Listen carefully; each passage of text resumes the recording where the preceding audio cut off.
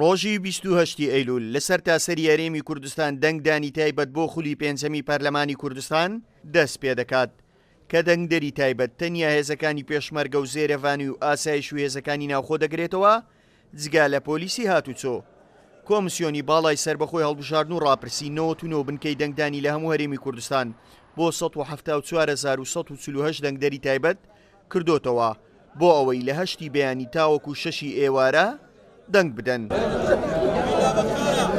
لە شاری هەولێر زۆرترین دەنگدەری تایبەت هەیە کە 72,653 دەنگدەر و لە شاری سلێمانیش 62,220 دەنگدەر و لە دۆچی 33,421 و لە شاری هەڵەبجەش 2,175 دەنگدەری تایبەت هەن.